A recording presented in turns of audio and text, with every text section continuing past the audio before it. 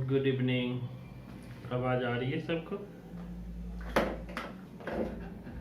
Good evening sir. जी sir, आ रही है। Good evening. तो हम लोग जो है पिछले क्लास में आदिकाल शुरू किए थे। आदिकाल का 2 क्लास हुआ है अभी तक। तो जो भी पहली बार ज्वाइन किए हो या आज ही ज्वाइन किए हो, पीछे के भी 2 वीडियो देख लेना, जिससे कि समझने में आसानी हो आप सभी को। आज उससे आगे हम लोग देखेंगे कि आखिर आदिकाल में और भी क्या था। उसके बाद हम लोग नए टॉपिक की ओर बढ़ेंगे। और आज जो हम लोग आदिकालीन परिस्थिति देख रहे थे कि आखिर आदिकाल का उद्भव क्यों हुआ, इसके पीछे कारण क्या था। तो पिछले क्लास में हमने राजनीतिक कारण, धार्मिक और सांस्कृतिक कारण को देखा था। राजनीतिक कारण में जो हमने समझा था, एक बार आप सबको मैंने नोट्स भी पहले भी भेजा हुआ है। जो पुराने बच्चे हैं उनको पहले भेजा है, जो नए बच्चे हैं तो उसको नए ग्रुप में हमने भेज दिया है। तो ये जो समय था ना, इनको समझिएगा। प्रायः स्थापना तर्क या अदर जगह भी ये सवाल पूछ लेते हैं। एक तो राजनीतिक दृष्टि से यह उथल पुथल का दौर था, मतलब कि कंटिन्यूटी का दौर नहीं था या शांति का दौर नहीं था। दूसरी बात कि यहाँ एक अव्यवस्था था, असंतुलन था, राजनीतिक असंतुलन जिसे कहते हैं। क्योंकि हमने पढ़ा था कि जो उत्तर भारत की सत्ता थी, चूंकि आदिकाल का जो समय है, जो राजनीतिक दौर है, मुख्य रूप से उत्तर भारत का ही दौर है। जो उत्तर भारत का दौर है मेन वही है, और सारी घटनाएं मुख्य रूप से उत्तर भारत में घट रही थी।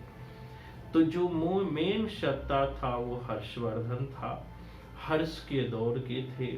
हर्ष के पतन के बाद जो राजनीतिक विघटन हुआ उसी को हमने देखा था कि हर्ष के मृत्यु के बाद जो है छोटे छोटे सत्ताओं का दौर आया। मतलब जब एक केंद्रीय सत्ता कमजोर हो जाता है, तो हमने बताया भी था कि अगर घर की ही बात हम ले कि घर में एक मजबूत मालिक होता है, अगर घर का मालिक कमजोर हो जाए या उनका पतन हो जाए तो उनके बच्चे किसी के नियंत्रण में नहीं रहते।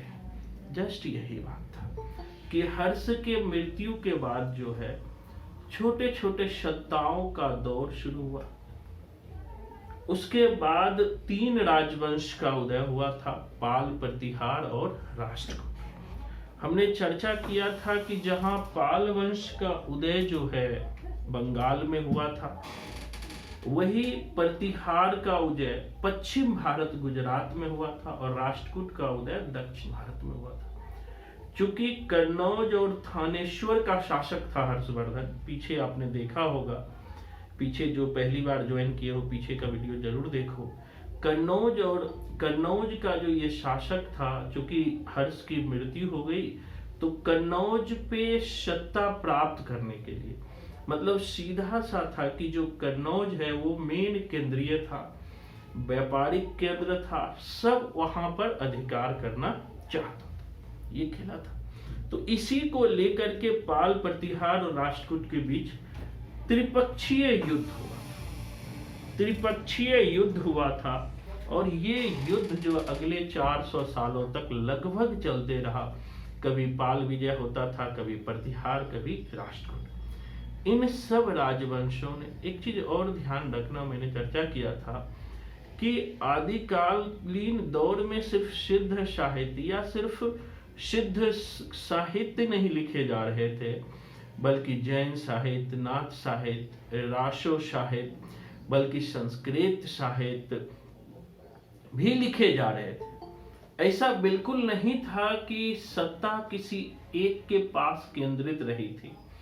एक डाइवर्स की स्थिति पूरे दौर में चल रही थी। एक तरफ तो पाल, प्रतिहार, राष्ट्रकूट आपस में लड़ रहे थे, दूसरी तरफ हर्ष के मृत्यु के बाद छोटे छोटे और भी सत्ता थे।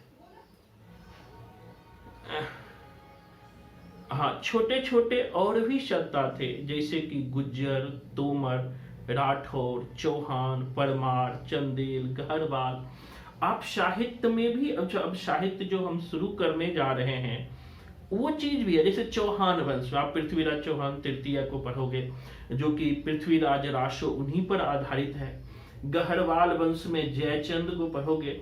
हम लोग जो साहित्य के जो 12 रचनाओं को आधार बनाकर आचार्य रामचंद्र शुक्ल ने आदिकाल का नाम वीर गाथा का रखा था, उनमें भी ये राजवंश आते हैं, जिस राजवंश की हम अभी चर्चा कर रहे हैं। तो ये सारे राजवंश थे, ये वीर भी थे, लेकिन एक कमी जो इनमें सबसे बड़ी थी, आपसी सद्भाव की कमी थी, आपसी झगड़े की कमी थी, आपसी फूट की कमी थी। और ये कमी किसी के पतन के लिए काफी होता है। जैसे आपने सुना होगा कि बड़े बड़े लोगों का पतन हो गया, क्यों? आपसी बनाव नहीं था। दूसरी बात कि इस दौर में जो सामंतवादी प्रथा थी वो भी बड़े उच्च लेवल तक पहुंच गए थे। सामंत क्या होता था? ये जमीनों के मालिक होते थे। इसको इस तरह आप समझ सकते हो कि सामंतवादी प्रथा की जो शुरुआत हुई थी उससे भी पहले हुई थी, जब गुप्त काल चल रहा था उस समय हुई थी। आपसी टकराव के कारण, इन चीजों को समझिएगा, बहुत इंपॉर्टेंट पॉइंट्स मैं बता रहा हूं। आपसी टकराव के कारण एक जो सबसे बड़ी खतरनाक समस्या उत्पन्न हुई, विदेशी आक्रमण को मौका मिल गया। हमने कहा मोहम्मद बिन कासिम आक्रमण कर दिया, मोहम्मद गजनवी ने भारत पर 17 बार आक्रमण किया, मोहम्मद गौरी का आक्रमण हुआ, जो पृथ्वीराज चौहान से भी लड़ाई लड़ा, तराइन के प्रथम युद्ध, तराइन के द्वितीय युद्ध, ये सब खासियत है। अब चूंकि सामंती स्वार्थी थे, सामंत स्वार्थी थे, तो जो जनता थे वो अपनी सुरक्षा तथा जीविका तक ही सीमित रहते थे। उनके अंदर भी डर समाया हुआ था। राजा खुद को, मैंने उस दिन भी बताया था कि राजा खुद को मतलब कि कृष्ण के अवतार समझने लगे थे कि लोग उनका राजभक्ति और गान करें। और ये परिस्थिति आपको 800 ईस्वी से लेके लगभग 1200 ईस्वी तक किसी न किसी रूप में ये चलती रही।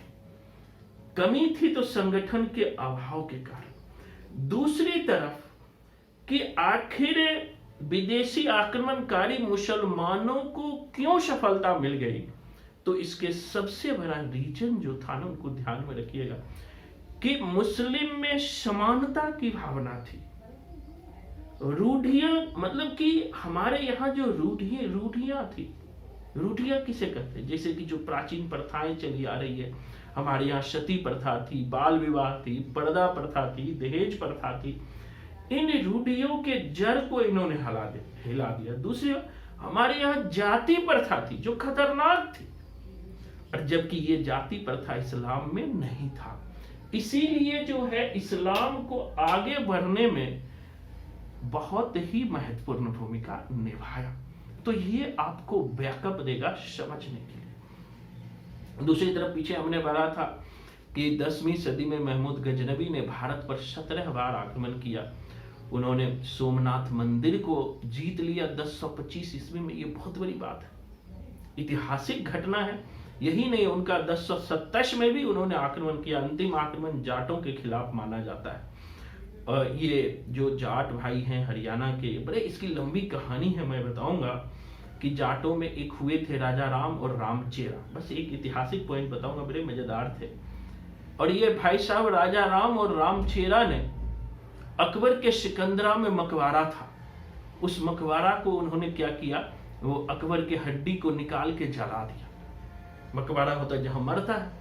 अब औरंगजेब के समय में ये क्या, औरंगजेब को इतना गुस्सा आया कि पूरे हरियाणा को घेर लिया। हरियाणा बड़ा समृद्ध प्रदेश था, कहता था हरियाली वाला प्रदेश था।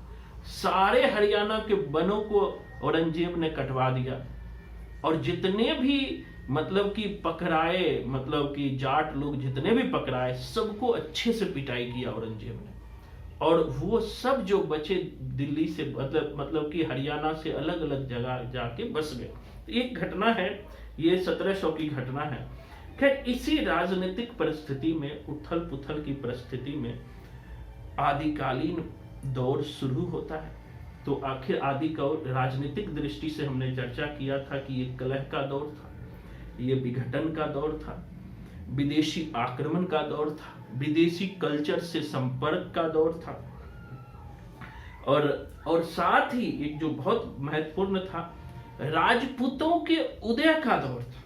एक चीज ध्यान रखना, सिद्धों का तो उदय हुआ ही, एक कभी कभी सवाल ये भी पूछ लेता समकालीन दौर में और किसका उदय हुआ आदिकाल में, तो ध्यान रखना कि राजपूतों के उदय का दौर था। जैन धर्म, बौद्ध धर्म को एक नए प्रवृत्ति के साथ जन्म का दौर था, एक नए आलोक में दौर था। दूसरी बार हमने सांस्कृतिक परिस्थिति पढ़ा था कि आदिकालीन धार्मिक और सांस्कृतिक पृष्ठभूमि क्या है आदिकाल को आने में, मतलब उनका रिलीजन एंड कल्चरल कंडीशन क्या था। तो हमने पढ़ा था धार्मिक दृष्टि से भी उथल पुथल का दौर था, एक दूसरे से, धर्मों के एक दूसरे से प्रभावित होने का दौर था। यद्यपि 8वीं सदी से 12वीं सदी तक भारतीय संस्कृति जो थी, कल्चर जो थी, मूल रूप में अपरिवर्तित रही, किंतु इसका एक आकार बदल चुका था, अपने आप को परिवर्तित कर चुका था। मतलब कह सकते हैं कि धार्मिक दृष्टि से भी अराजकता का युग था। मूल धर्म जो था वो सेम था, लेकिन बाह्य ढांचा बदल चुका था। अगर परिस्थिति की और जड़ में जाए तो आप देखेंगे कि हर्ष के समय में एक धार्मिक सद्भाव का दौर था। ब्राह्मण धर्म और बौद्ध धर्म केंद्र में था, दोनों के प्रति हर्ष का आदर था। हर्ष, पर्सनल हर्ष जो थे वो बौद्ध धर्म को मानने वाले थे, लेकिन अन्य धर्म को भी वो आदर देते थे। लेकिन हर्षवर्धन की मृत्यु के बाद ये परिस्थिति रही नहीं। केंद्रीय सत्ता जैसे ही अभाव हुआ, केंद्रीय सत्ता का अभाव हुआ, तो धर्म के क्षेत्र में भी अराजकता फैल गई। कल तक ब्राह्मण और बौद्ध धर्म में बड़ा सद्भाव था, बना मेल मिलाप था, लेकिन आज संघर्ष होने लगा। अब धर्म की होड़ लग गई।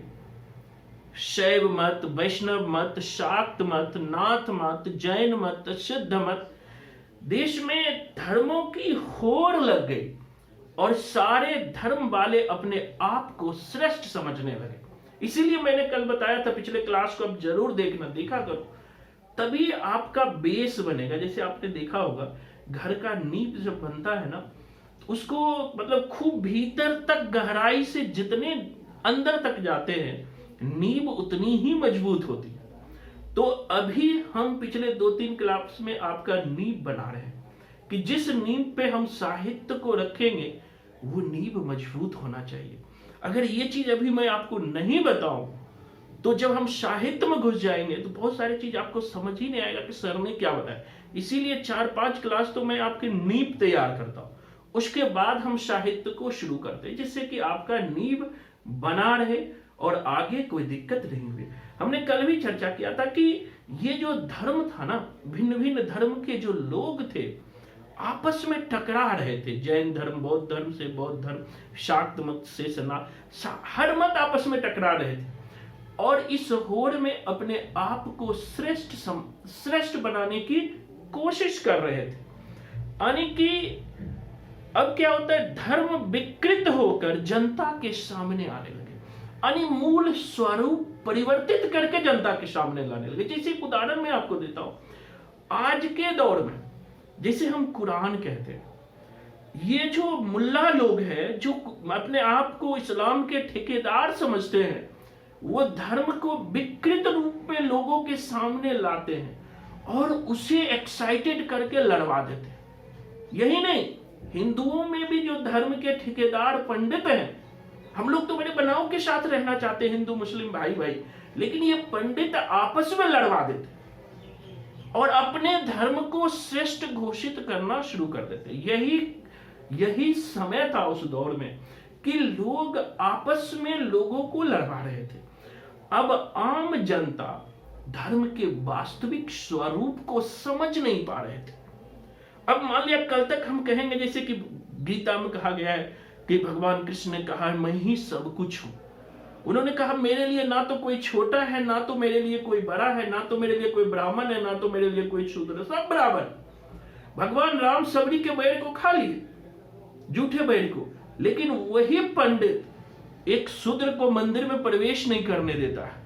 क्या वो भगवान राम से भी आगे बढ़ गए? तो ये अपने धर्म को श्रेष्ठ समझने लगे, ये बहुत बड़ी खासियत थी। और बौद्ध धर्म अपने वास्तविक स्वरूप को भूल गए, क्योंकि वो भी कंपटीशन में आ गए कि हम कैसे आगे। जब किसी लोग को आगे बढ़ना होता है ना, कभी कभी सही रास्ता छोड़ के गलत रास्ता अपना लेता है। और यही बौद्ध धर्म में हुआ कि वो भी अब जादू टोने तंत्र मंत्र में विश्वास करने लगे। अब आम जनता जो थे सिद्धियों के भूल भुलैये में दिग्भ्रमित होने लगे। सिद्धियों के नहीं, नाथ के भी, जैन के भी, हिंदू के सनातन मत से भी दिग्भ्रमित होने लगे, आखिर मैं जाऊं किधर। और इसी बीच जो है सब कंपटीशन में थे। इसी दौर में साहित्य का, खास करके चूंकि सिलेबस में सिद्धनाथ जैन राशो साहित्य है, उसी को हम पढ़ेंगे।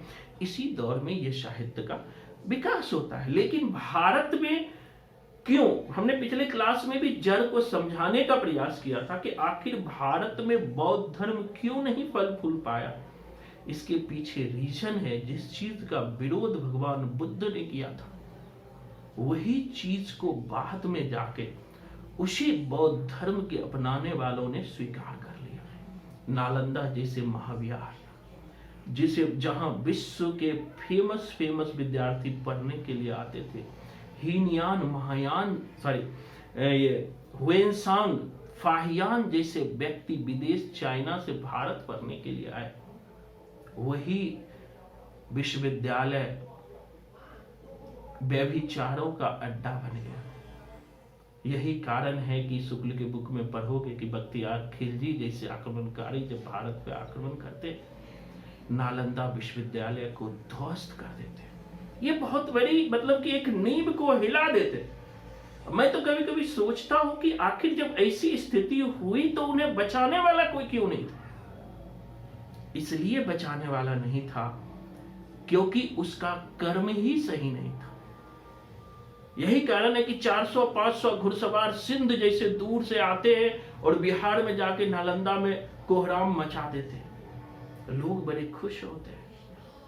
यहां तक शुक्ल जी लिखते हैं कि ये जो सिद्ध थे इतने व्यभिचार में लिख गए कि गांव के स्त्रियों को बहलाते थे, फुसलाते थे, अपनी काम वासना के शिकार बनाते थे। तो ये सब थी, लेकिन फिर भी हम कहते हैं कि कितना भी व्यभिचारी या कितना भी कुछ हो, लेकिन उसमें कुछ ना कुछ खास थी, जिसकी चर्चा हम सिद्ध साहित्य में कर रहे थे। मतलब कि यह दौर जो था ना, धर्मों के बीच प्रतिद्वंदता का दौर था। यही कारण हमने बताया आगे कि यही कारण था कि इसी प्रतिद्वंदता में बहुत सारे मंदिरों का निर्माण करा। मतलब कि स्थापत्य कला, मूर्ति कला का विकास तीव्र गति से देखने को मिलता है। भुवनेश्वर, पुरी, खजुराहो, कांची के मंदिरों का निर्माण इसी दौर में होता है। मतलब इस दौर में एक तरह से हमने कल अंतिम पॉइंट्स लिखवाया था। आदिकाल के शुरुआत के समय में भारतीय संस्कृति चरम पर थी, कल्चरल चरम पर थी, लेकिन जब 13वीं 14वीं सदी में समापन होता है तो इस्लामिक संस्कृति चरम पर पहुंच जाती है। तो ये एक कंडीशन था इस्लाम को आपस में मिलने का। तो ये सांस्कृतिक पृष्ठभूमि के पिछली क्लास में चर्चा किया था। आज जो हम पढ़ने वाले हैं, आज से अभी से पिछला का मैंने 20 मिनट में रिकैप किया। अब पढ़ेंगे कि सामाजिक और आर्थिक पृष्ठभूमि क्या थी। लगभग 8वीं सदी से 14वीं सदी के बीच, 7वीं सदी से 13वीं 14वीं सदी के बीच सामाजिक और आर्थिक स्थिति क्या थी।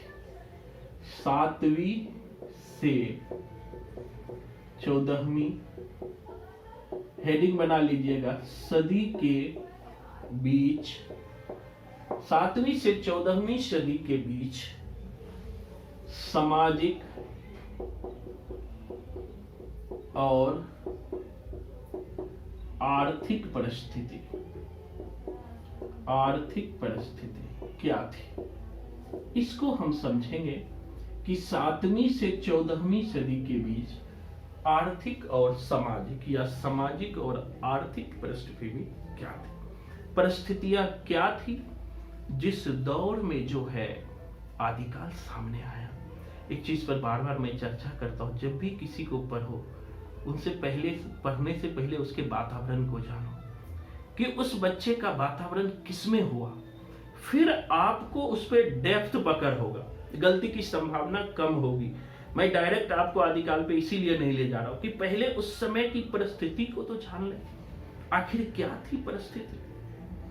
तो जब हम सामाजिक और आर्थिक परिस्थिति की चर्चा करते हैं तो एक चीज समझना कि सामाजिक दृष्टि से यह दौर भिन्न भिन्न वर्गों और जातियों में बटा हुआ दौर था, कि समाज जो है भिन्न भिन्न वर्गों और जातियों में बटा हुआ था। जातियों ब्राह्मण क्षत्रिय वैश्य शूद्र भिन्न भिन्न उनके वर्ग हैं। आप देखते हो भिन्न भिन्न वर्गों और भिन्न भिन्न जातियों में बटा हुआ यह दौर था। हमने कहा कि धार्मिक अराजकता ने, हमने कहा कि धर्म के क्षेत्र में टकराव का दौर था, मतलब कि भिन्न भिन्न वर्गों और जातियों में बटा हुआ था। सामाजिक दौर क्या था, भिन्न भिन्न वर्ग व जातियों में बटा हुआ था। भिन्न भिन्न वर्गों और जातियों में यह दौर बटा हुआ था। हाँ, रिकॉर्डिंग में कर रहा हूं। भिन्न भिन्न वर्गों और जातियों में यह दौर बटा हुआ था। सामाजिक अराजकता के कारण, मतलब धार्मिक अराजकता के कारण जो सामाजिक जीवन था वह आडंबर युक्त था, आडंबर पूर्ण था। मतलब धार्मिक अराजकता के कारण, धार्मिक अराजकता के कारण सामाजिक जीवन आडंबर पूर्ण था, आडंबर पूर्ण था। सामाजिक अराजकता के कारण जो धार्मिक जीवन था भैया आडंबर पूर्ण था। मतलब क्या, हमने कहा धार्मिक अराजकता था कि धर्म के आधार पर भी लोग लड़ रहे थे और अपने आप को समाज में आडंबर युक्त दिखाते थे। आडंबर युक्त मतलब हम तो भैया बड़े हैं, अब ब्राह्मण हैं तो अपने आप को एकदम श्रेष्ठ शूद्र से सटेंगे नहीं, एकदम आडंबरपूर्ण, मतलब दिखावटीपन ज्यादा था। लेकिन इस दौर में ध्यान रखिएगा, ब्राह्मणों की श्रेष्ठता कम होने लगी। आडंबरपूर्ण तो था लेकिन ब्राह्मणों की श्रेष्ठता कम होने लगी। राजपूत और क्षत्रिय का प्रभाव बढ़ने लगा। क्यों बढ़ने लगा, तो ध्यान रखना कि ब्राह्मणों की श्रेष्ठता जो थी कम होने लगी और वही राजपूत व क्षत्रिय की श्रेष्ठता बढ़ने लगी। क्यों, कि यह दौर युद्ध का दौर था। तो कपड़ा लागना छ ऊपर छे नहीं दे ना। हां छ ये घड़ी में उठेबै। हां उठाई अपन उठैलिए तो कुछ ध्यान नहीं आबै छै समय। ठीक अभी चादर अपन बुलवात को दबी देखे लेबै अपने पर होते बस। हां अपने बुलू रंग के चादर। हां अच्छा, दो तीन गो फुल पैंट छ। हां एगो अथी नहीं, फुल पैंट नहीं होते अपने के लिए। एको गो नहीं, तो दोसर की छ। हां दोसर का अपना जो है ना उसी पर है। हां अपने पर सब छे। हां तब होता है, अभी जेबो रुक में लाख लिए ट्रैक्टर हना त अपन नाम ये। सॉरी माँ थी, वो बारिश हो रही ना छत पे तो इस कारण बोल रही थी। खैर, तो राजपूत और हम लोग पढ़ रहे थे कि राजपूत और क्षत्रिय का जो है प्रभाव बढ़ने लगा। इसका कारण ये था कि यह दौर युद्ध का दौर था और युद्ध के दौर में जो युद्ध करते हैं उसी का प्रभाव ज्यादा होता है। तो ब्राह्मणों का प्रभाव घटने लगता है, राजपूत और क्षत्रिय का प्रभाव बढ़ने लगता है। अब देखो, किंतु ये जो राजपूत और क्षत्रिय थे ये राष्ट्र व समाज के हित भूलकर आपस में ही टकरा रहे थे। राष्ट्र और समाज के हित को भूलकर आपस में ही टकरा रहे थे।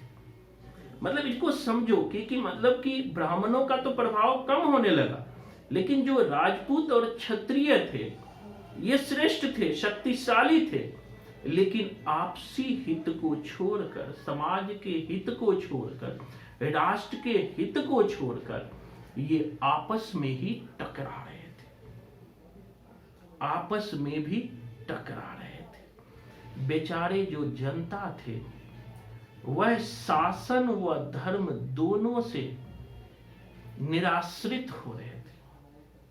आम जनता, शासन मतलब शासक और धर्म में भी वो पिस रहे थे और शासन से भी पिस रहे थे। जो शासन कर रहा था उनका भी कोई ध्यान नहीं था, और जो धर्म के ठेकेदार थे वो भी उसे भूल भुलैया में रख रहे थे।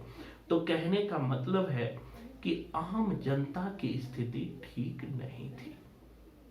एक तरफ अगर आप ट्रायंगल के हिसाब से देखो तो एक तरफ सिद्धियों का आम जनता पे बड़ा शोषण था, दूसरी तरफ जो हिंदू धर्म, सनातन धर्म थी उनसे भी प्रभावित था, तीसरी तरफ बाह्य आक्रमण का जो दौर था, जो इस्लाम भारत में आ रहे थे वो भी धर्म परिवर्तन करवाना शुरू कर दिए थे। ईश्वर का स्वरूप भ्रमित करने वाला था। ध्यान रखना कि यह इस दौर में जो था, ईश्वर का जो स्वरूप था वह भ्रमित करने वाला था। दूसरी तरफ सामाजिक दृष्टि से नारी को भोग्य की वस्तु समझा जाता था, क्योंकि सिद्ध साहित्य में भी आपने पढ़ा है कि आचार्य रामचंद्र शुक्ल भी यही बात लिखते हैं कि नारी को जो है भोग की वस्तु समझा जाता था। सामाजिक दृष्टिकोण से शिक्षा व्यवस्था का अभाव था, एजुकेशन का अभाव था। एक आध पॉइंट लिख लेना, वैसे मैंने नोट्स भेज दिया है। एजुकेशन का अभाव था, शिक्षा का अभाव था, सांप्रदायिक तनाव था। हमने पीछे ही कहा कि धर्म वाले लोग आपस में ही लड़ रहे थे, मतलब सीधा था कि सांप्रदायिक तनाव था। समाज में बाल विवाह, सती प्रथा, पर्दा प्रथा, अंधविश्वास, मतलब कि बाल विवाह प्रचलित था। राजस्थान में तो आज भी बाल विवाह होता है, तो आप हम तो 8वीं 9वीं सदी की बात कर रहे हैं कि बाल विवाह विद्यमान था, सती प्रथा विद्यमान था, पर्दा प्रथा विद्यमान था, अंधविश्वास, निर्धनता, महामारी सब था। अंधविश्वास, निर्धनता, महामारी, यह दौर में सब विद्यमान था।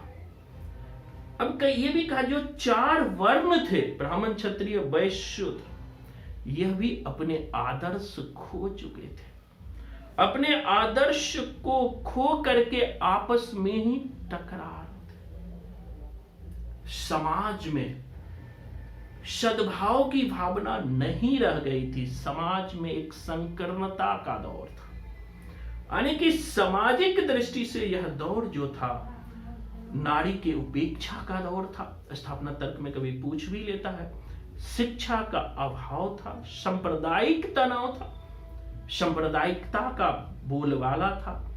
जो सामाजिक कुप्रथाएं थी, जैसे बाल विवाह, सती प्रथा, पर्दा प्रथा, दहेज प्रथा, निर्धनता, महामारी, सब था। जो 4 वर्ण थे वो भी अपने आदर्श को खो चुके थे। समाज में संकीर्णता का दौर विद्यमान था। यह सब आदिकालीन परिस्थितियां है। सामाजिक आर्थिक परिस्थिति कैसा था? संकीर्णता का दौर था। अगर आर्थिक दृष्टि से भी देखें तब भी एक उतार चढ़ाव का दौर था। हमारे यहाँ धर्म तो बहुत था, लेकिन विदेशी लोग आक्रमण करके हमारे धन को लूट कर ले जाते थे। हमने बताया मोहम्मद बिन कासिम आए, मोहम्मद गजनवी आए, इनके बीच भी बहुत सारे छोटे छोटे लोग आए, आक्रमणकारी आए जो मंदिरों को लूट कर ले जा रहे थे। इसका एक ही कारण था कि आपसी बनाव का अभाव, आपसी टकराव। दूसरी बात, युद्ध के कारण अर्थव्यवस्था पर बहुत ही बुरा प्रभाव पड़ रहा था। अब कहीं भी युद्ध होता है तो हमारे अर्थव्यवस्था पर तो बुरा प्रभाव पड़ता ही है। तो युद्ध के कारण अर्थव्यवस्था पर बुरा प्रभाव पड़ रहा था। हमारी जो इकोनॉमिकल कंडीशन हर्ष के समय में बहुत मजबूत थी, अर्थव्यवस्था जो बहुत मजबूत थी, वो धीरे धीरे अर्थव्यवस्था कमजोर होने लगी। हिंदी साहित्य में भी आप पढ़ोगे, जाके कन्या सुंदर देखी ताकि धरी तलवार। तो इस कंडीशन था यही। दूसरी बात आती है साहित्यिक परिस्थिति क्या थी। आदिकालीन दौर के साहित्यिक परिस्थितियों को अगर हम बात करें, अगर किसी को समझने में दिक्कत हो कोई भी, तो उसको लिख के रख लेना, और लास्ट में आप हमसे 20-25 मिनट आप सबको देंगे, तो लास्ट में क्लास के बाद आप सब पूछ लीजिएगा। हम लोग चर्चा करेंगे साहित्यिक परिस्थिति की।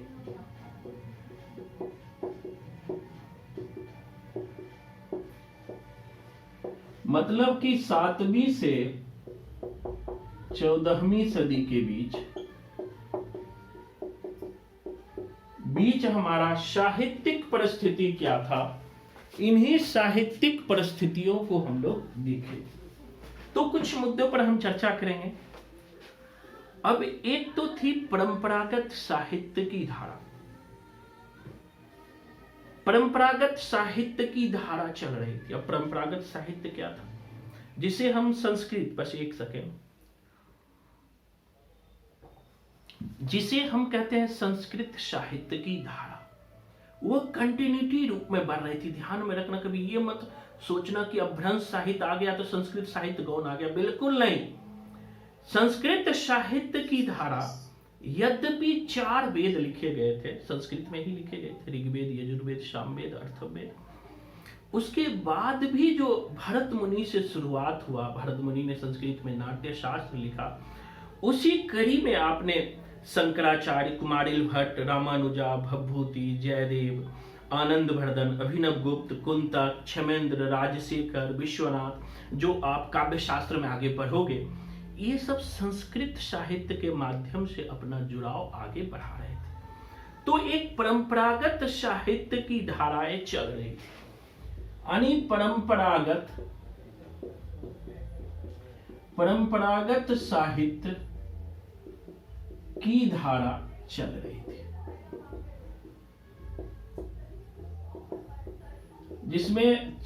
थी, जिसमें मुख्य रूप से संस्कृत साहित्य था,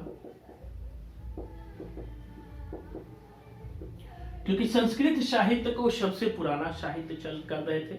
और खास करके 9वीं से 11वीं सदी के बीच कश्मीर, कन्नौज और कश्मीर जो है मुख्य रूप से साहित्य का केंद्र रहा था। इसमें आनंदवर्धन, अभिनव गुप्त, कुंतक, क्षेमेंद्र वगैरह आएंगे, तो अभी लिखने की जरूरत नहीं है, सिर्फ इतना भी लिख लोगे कि एक परंपरागत संस्कृत की धारा, साहित्य की धारा चल रही थी। दूसरा, प्राकृत और अपभ्रंश साहित्य की धारा। दूसरा था प्राकृत और अपभ्रंश साहित्य की धारा। मतलब कि परंपरागत साहित्य धारा तो पहले से चली आ रही थी, लेकिन प्राकृत और अपभ्रंश साहित्य भी 7वीं सदी के बाद आने लगे। अब भाषा की बात करें, प्राकृत और अपभ्रंश भाषा का, तो एक भाषाओं के क्रम को आप देखोगे तो पहले छंदस आता है, फिर संस्कृत आता है, संस्कृत के बाद पाली, प्राकृत और अपभ्रंश। अपभ्रंश का विकास 7वीं सदी के आसपास होने लगता है। उसी अपभ्रंश से आगे चल करके आप देखोगे आधुनिक हिंदी साहित्य का विकास होता है। तो इस दौर में एक परंपरागत साहित्य की तो धारा चल ही रही थी, प्राकृत और अपभ्रंश की ही धारा चल रही थी। आगे बढ़ के हिंदी भाषा और साहित्य की धारा भी प्रचलन में आने लगी। धीरे धीरे जो है हिंदी साहित्य की धारा प्रचलन में आने लगे। अब देखोगे कि खड़ी बोली का जो शुरुआती दौर होता है ना, मैंने हिंदी क्यों लिखा, कि हिंदी मूल रूप से आज खड़ी बोली का स्वरूप है। खड़ी बोली का जो मूल स्वरूप है वो सिद्धों की भाषा से ही आने लगता है, 7वीं 8वीं सदी से ही आने लगता है। और अमीर खुसरो के आते आते खड़ी बोली, तो अमीर खुसरो एक समृद्ध खड़ी बोली का प्रयोग करता है। ये बहुत बड़ी बात है कि एक समृद्ध यानी कि अमीर खुसरो कब हुए? 12वीं 13वीं सदी में अमीर खुसरो हुए, और वो इस दौर में एक समृद्ध खड़ी बोली का प्रयोग अपने दोहे में कर रहे हैं। तो ये मतलब कि वो धाराएं भी किसी न किसी रूप में चल रहे थे। तो एक लंबी परंपरा के दौर में ये सारी साहित्यिक धाराएं बह रही थी। तो अभी तक एक बार हम फिर से रिकैप आपको करवाऊं तो आपने देखा कि एक तरफ तो राजनीतिक परिस्थितियां जो थी, हमारी उथल पुथल की परिस्थितियां थी, जो राजा लोग थे आपस में ही झगड़ा कर रहे थे। धार्मिक दृष्टि से भी हमने देखा कि एक टकराव का दौर था, भिन्न भिन्न धर्म वाले लोग जो है आपस में ही टकरा रहे थे। और तीसरी तरफ सामाजिक और आर्थिक परिस्थिति में भी देखा कि जो भिन्न भिन्न वर्ग और जातियों में बटा हुआ था। अराजकता के दौर में सब खुद को आडंबर युक्त समझते थे, ब्राह्मणों की भी श्रेष्ठता कम होने लगी, राजपूत और क्षत्रियों का प्रभाव बढ़ने लगा।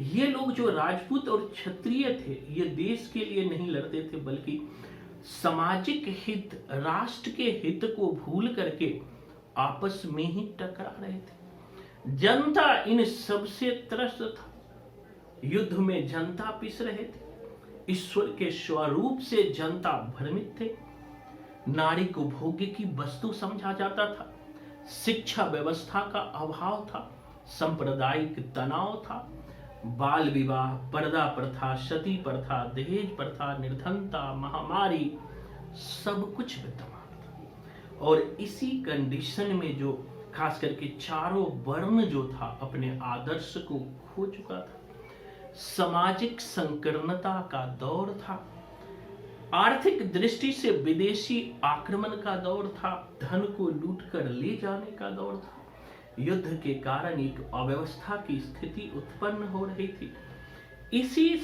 इसी दौर में जो है हमारे आदिकाल की शुरुआत होती है, आदिकालीन व्यवस्था की शुरुआत होती है, और उसी आदिकालीन साहित्य को हम आज शुरू करेंगे।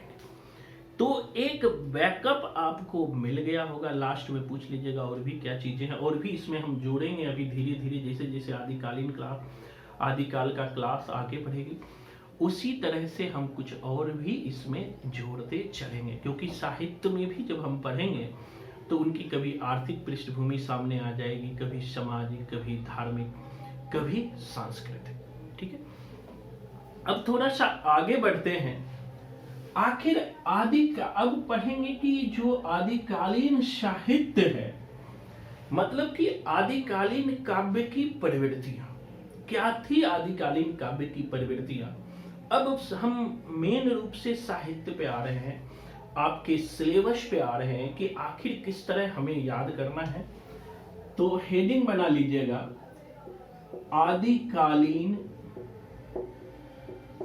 काव्य की प्रवृत्तियां। आदिकालीन काव्य की प्रवृत्तियां, आखिर आदिकालीन काव्य की क्या प्रवृत्तियां थी। अब देखो, प्रवृत्ति मतलब क्या होता है, नेचर। प्रवृत्ति मतलब क्या होता है, स्वरूप। कहने का सीधा सा मतलब है कि आदिकाल का स्वरूप कैसा था, आदिकाल का नेचर कैसा था। क्योंकि किसी भी साहित्य का जो उद्भव होता है उसके स्वरूप के हिसाब से ही होता है।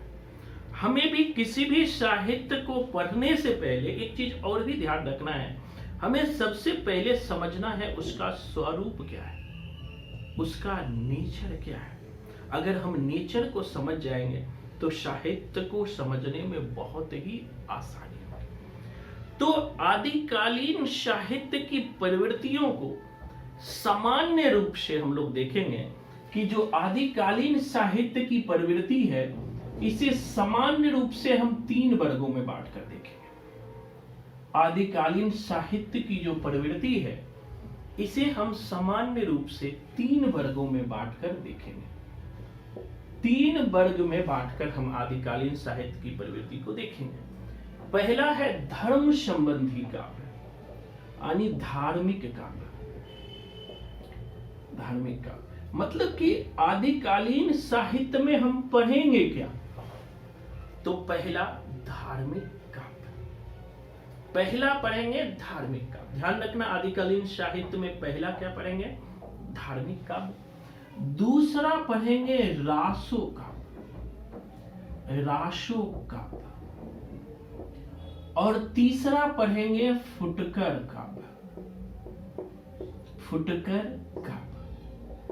आदिकालीन काव्य की परिस्थितियों को या आदिकालीन साहित्य को हम 3 वर्गों में देखकर 3 वर्गों में बांटकर हम देख सकते हैं। इनको समझिएगा बहुत ही, जैसे कि हम आदिकालीन परिस्थितियों को अभी देखा है, उसी तरह आदिकालीन साहित्य को हम 3 वर्गों में बांटकर देख सकते हैं। एकदम सिंपल, धार्मिक काव्य, रासो काव्य और फुटकर काव्य।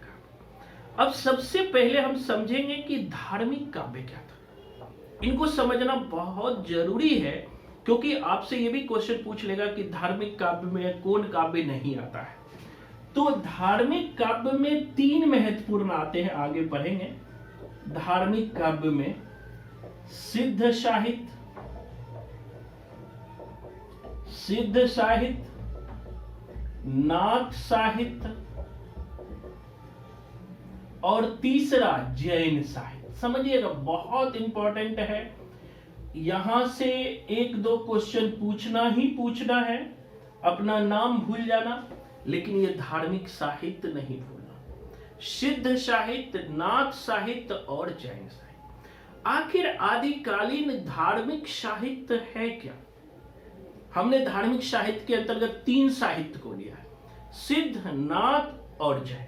भूलना नहीं है, भूलोगे तो निराला की कविता याद आएगी, बड़ी फेमस कविता है। मैं अभी से सारे बच्चे को एक संदेश देना चाहता हूं, संपूर्ण समर्पण लगा दो अगले 3 से 4 महीने।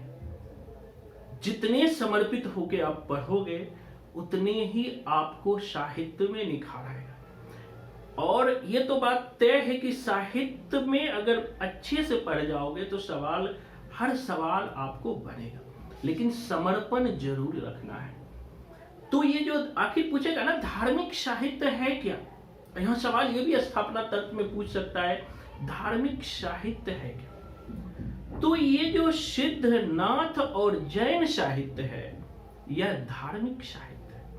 यहां धार्मिक साहित्य से मतलब है कि यह तीनों सांप्रदायिक साहित्य है। ध्यान रखना, धार्मिक साहित्य से मतलब है कि तीनों जो है सांप्रदायिक साहित्य है,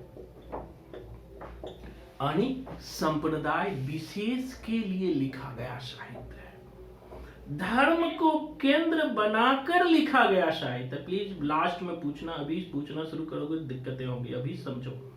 लास्ट के जो 20 मिनट मिलेगा ना उसमें पूछिएगा, नहीं तो क्लास रुक जाएगा। बच्चे ज्यादा होता है, 40 से 50 बच्चे में क्लास के दौरान नहीं ले सकता हूं मैं, लास्ट में पूछ लेना जो भी बच्चे को जो पूछना है।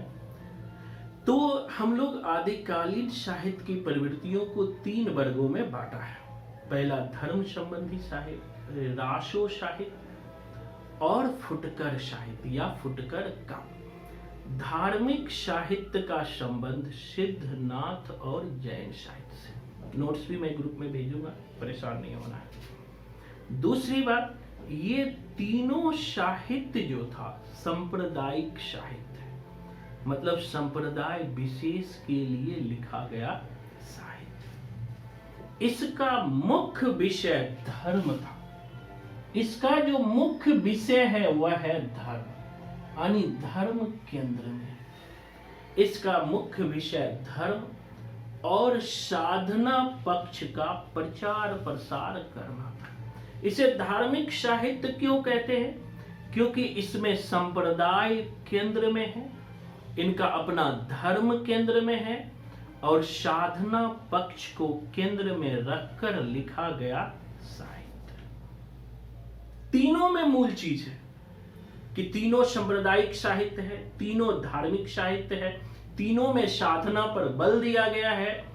तो ये तीनों जो है मुख्य चीज है। दूसरी बात, यद्यपि इन तीनों में से जो जैन साहित्य है, जैन साहित्य में सिर्फ धर्म संबंधी साहित्य ही नहीं लिखे गए, बल्कि जैन साहित्य की एक खासियत है रासो साहित्य। जैन साहित्य में हम अलग से पढ़ेंगे कि इसमें रासो और लौकिक काव्य भी लिखे गए, रासो और लौकिक काव्य भी लिखे गए।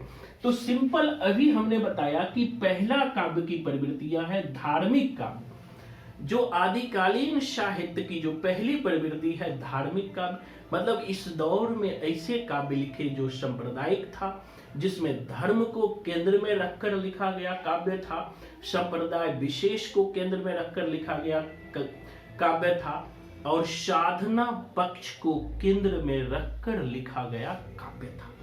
क्लियर है? अब पहले समझो धार्मिक काव्य समझ गए हो क्या है, नहीं समझ आया तो एक बार और वीडियो देख लेना, एकदम दिमाग में बैठाओ, क्योंकि हम अंदर जाने वाले हैं। तो बेसिक मूल स्वरूप को समझना जरूरी है। दूसरा है रासो काव्य। अब पहले हम समझ लेंगे रासो काव्य होता क्या है रे भैया। यद्यपि रासो के संबंध में विभिन्न विद्वानों के अलग अलग मत हैं, लेकिन वास्तव में रासो काव्य है क्या, इसको समझना बहुत ही जरूरी है। यद्यपि आपने देखा होगा कि आगे मैं बताऊंगा कि रासो शब्द की उत्पत्ति विभिन्न विद्वानों ने अलग अलग मानी है, उसको मैं कोडिंग से बताऊंगा। अभी हमारी कोडिंग शुरुआत नहीं हुआ है, तो कोडिंग में जैसे गारसादा ताशी ने राजसूरी यज्ञ से माना है, तो अब कैसे याद करोगे। गारसादा ताशी ताश खेलते हैं, यज्ञ के दौरान बहुत सारे लोग बैठ के ताश खेलते हैं, तो राजसूरी यज्ञ से। हरप्रसाद शास्त्री राजयश से, नरोत्तम राशक से, आचार्य शुक्ल रसायन से, नंद किशोर वाजपेयी राशक से।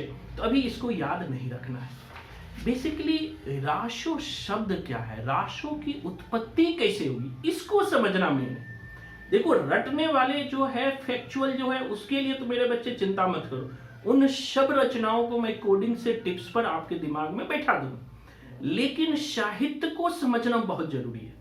जैसे हमने कहा धार्मिक साहित्य क्या है, कोई भी आपसे इंटरव्यू में पूछ देता, बताओ भाई धार्मिक साहित्य क्या है, उसी तरह पूछ सकता है रासो साहित्य क्या है।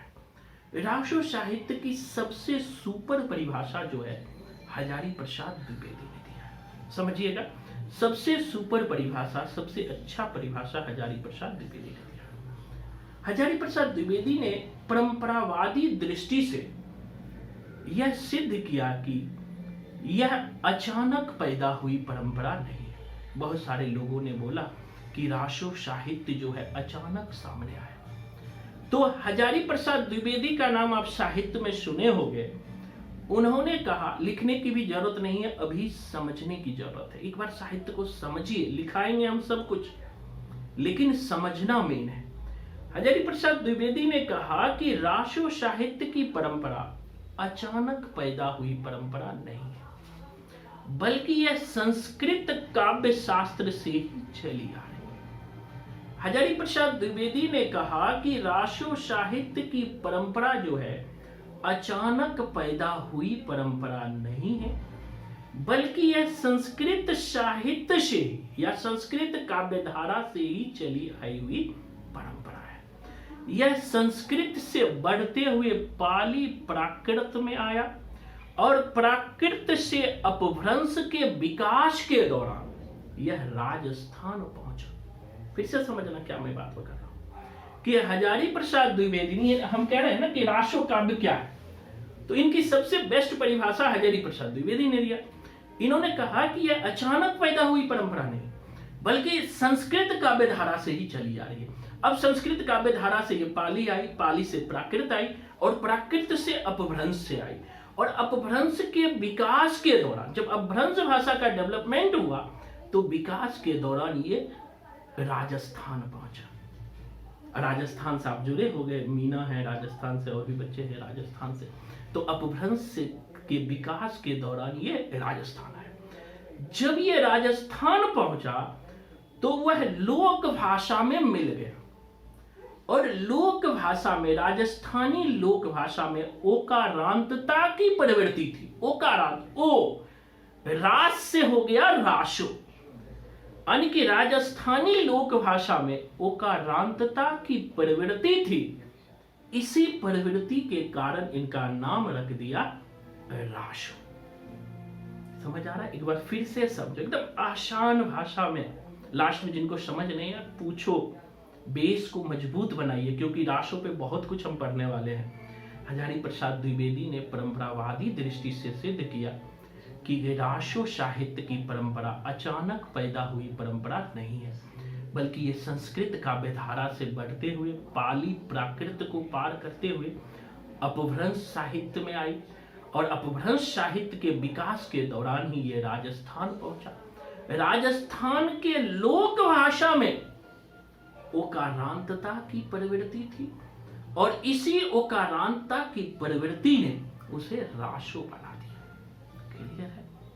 2-3 बार समझना, समझे, देखो समझ आनी चाहिए, मेन है। और सब चीजें तो जीवन बेकार है। साहित्य रटने की चीज नहीं है, एकदम गांठ बना लो। अगले 20 से 25 दिन में जब आप साहित्य के बेस आपका बन जाएगा ना, तो फिर तो आप खुद ही, आपका जैसे नहीं कहता क्रिकेट का पिच बन जाता है, और जितना बढ़िया पिच बनेगा बल्लेबाजी उतनी ही अच्छी होती है। तो हम अभी आपके पिच तैयार कर रहे हैं, जिससे कि आप अच्छे से चीजों को समझ सको। दूसरी बात, अब हजारी प्रसाद द्विवेदी ने कहा कि संस्कृत में राशो शब्द के 3 अर्थ लिए जाते हैं। आगे हजारी प्रसाद द्विवेदी ने कहा कि संस्कृत साहित्य में जो है राशो शब्द के 3 अर्थ लिए जाते हैं। राशो शब्द के जो है, राशो शब्द के 3 अर्थ लिए जाते हैं। 3 अर्थ लिए जाते हैं।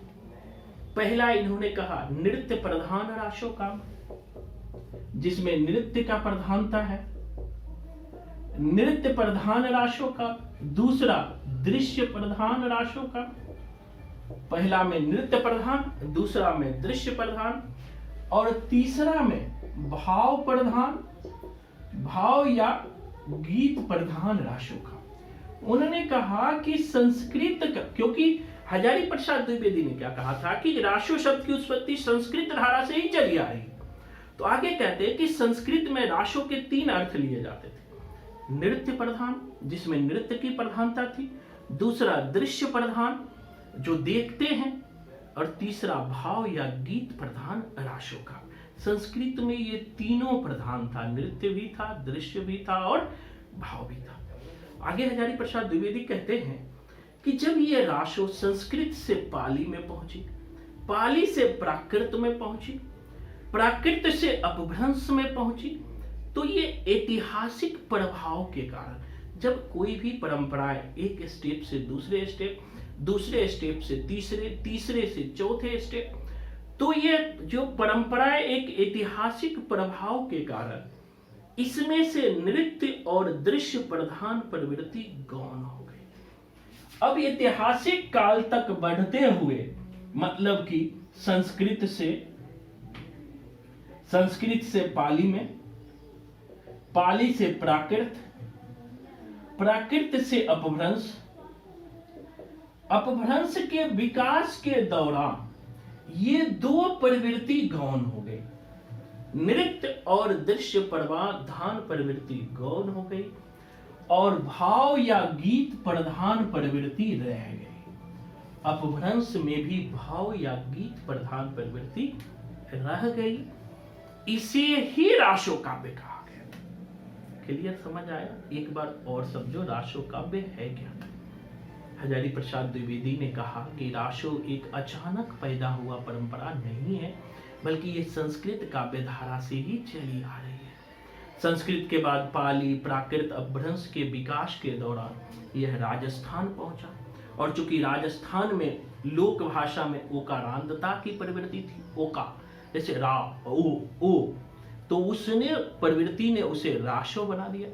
आगे एचपी द्विवेदी ने कहा कि संस्कृत में राशो शब्द के 3 अर्थ लिए जाते हैं, नृत्य प्रधान, दृश्य प्रधान और भाव प्रधान। तो हजारी प्रसाद द्विवेदी ने कहा कि ये तीनों प्रवृत्ति संस्कृत काव्य धारा में थी, लेकिन जैसे ही संस्कृत काव्य धारा से आगे बढ़ी, पाली में आई, प्राकृत में आई, अपभ्रंश में आई, तो ये प्रवृत्ति में 2 प्रवृत्ति धीरे धीरे खत्म हो गई। नृत्य और दृश्य प्रधान प्रवृत्ति खत्म हो गई, भाव या गीत प्रधान प्रवृत्ति रह गई, और यही प्रवृत्ति आज भी जारी है।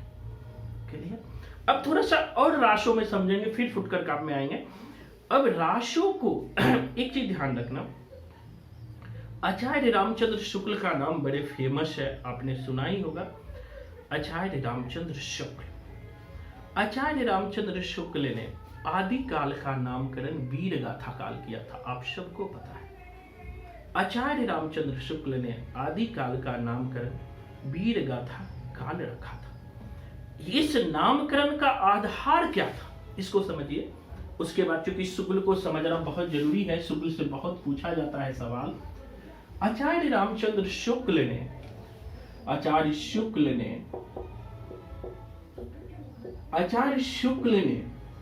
आदि काल का नामकरण वीर गाथा काल रखा। ये तो पता है, वीर गाथा काल रखा था। अब इस वीर गाथा काल में, इस वीर गाथा काल कहने के लिए उन्होंने 12 रचनाओं को आधार बनाया। 12 रचनाओं को आधार बनाया, ठीक है। 12 रचनाओं को इन्हें आधार बनाया। इन 12 रचनाओं को उन्होंने 2 वर्गों में बांटा। आगे पढ़ेंगे, अभी समझना से ये शुक्ल के बुक में भी मिल जाएगा, लेकिन हमें समझना। इन्होंने 12 रचनाओं को आधार बनाया। इसमें से 4 जो थी, 4 अपभ्रंश की रचना थी। 4 अपभ्रंश की रचना थी। 4 जो थी अपभ्रंश की रचना थी, और 8 जो था, 8 देश भाषा की रचना, जिसे देश भाषा या देसी भाषा कहते हैं। और 4, अब देखो इसको 12 रचना को याद कैसे रखेंगे, हम आगे सिंपल कोडिंग आपको बताए हैं। पहला जैसे कि विजयपाल रासो, ये अपभ्रंश साहित्य था। विजयपाल रासो, हमीर रासो, विजयपाल रासो, हमीर रासो, कीर्तिलता एंड कीर्ति पताका, ठीक है। ये 4 जो है, 2 इसी में हमने कर दिया, कीर्तिलता और कीर्ति पताका, कुल 4 हो गया। कीर्तिलता 1, कीर्ति पताका 4। ये जो आपने 4 रचना पढ़ाई, पहले तो ये चीज याद रखना, क्वेश्चन पूछ लेता है कि आचार्य रामचंद्र शुक्ल ने, निम्न में से आचार्य रामचंद्र शुक्ल ने किन रचनाओं, उनकी कौन सी रचना अपभ्रंश में थी, कौन सी देश भाषा में थी। तो एक सिंपल कोडिंग यहां के लिए याद रखना। अपभ्रंश की 4 रचना के लिए मैं बताते रहता हूं, पहले भी बताए हैं कि हम ही विजय होंगे अपभ्रंश में, कि कहता है कि हम ही विजय होंगे तो हमारी कीर्ति पताका फहराएगी। सिंपल इसका पूरे का कोडिंग याद रखना, हम ही विजय होंगे, हम ही विजय होंगे, हम ही विजय होंगे तो हमारी कीर्ति पताका फहराएगी। हम ही विजय होंगे तो हमारी कीर्ति पताका फहराएगी। हम ही मतलब हमीर रासो, विजय मतलब विजयपाल रासो, कीर्ति मतलब कीर्तिलता और कीर्ति पताका। कीर्तिलता और कीर्ति पताका कोडिंग याद रखना, 5 बार कोडिंग को घर में बोलना है। हम ही विजय होंगे तो हमारी कीर्ति पताका फहराएगी। हम ही विजय होंगे तो हमारी कीर्ति पताका फहराएगी। तो हम ही मतलब हमीर रासो, विजय मतलब विजयपाल रासो, और कीर्तिलता और कीर्ति पताका। आचार्य रामचंद्र शुक्ल ने जो 12 रचनाओं को आधार पर, 12 रचनाओं के आधार पर आदि काल का नाम वीर गाथा काल रखा, उसमें से 4 अपभ्रंश की रचना थी। कोडिंग से याद रखना है, हम ही विजय होंगे तो हमारी कीर्ति पताका फहराएगी, तो हम ही विजय होंगे। हम मीर राशो, विजयपाल राशो, कीर्ति लता और कीर्ति पताका। और 8 रचनाएं जो है देश भाषा की रचना है, तो उसको अलग से हम लोग याद रखेंगे, जैसे खुमान राशो, विशर देव राशो, पृथ्वीराज राशो, जयचंद प्रकाश, जयमयंक जस चंद्रिका, परमाल राशो, खुसरो की पहेलिया, विद्यापति की पदावली। ये 8 जो है, 8 को उन्होंने देश भाषा की रचनाएं मानी है। फिलहाल अभी आपको इसी को याद रखना है कि हम ही विजय होंगे तो हमारी कीर्ति पताका फहराएगी। क्योंकि अभी हम लोग सिर्फ और सिर्फ हम राशो 3 वर्गों में बांटा था ना, मतलब धर्म संबंधी साहित्य, राशो साहित्य।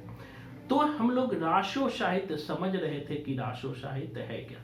एक बार फिर से हमने कहा कि राशो साहित्य है क्या, तो हमने कहा कि हजारी प्रसाद द्विवेदी ने परंपरावादी दृष्टि से बताया कि यह जो दृष्टि से सिद्ध किया कि जो राशो साहित्य की परंपरा है वो अचानक पैदा हुई परंपरा नहीं है, बल्कि ये संस्कृत साहित्य से ही चली आ रही है।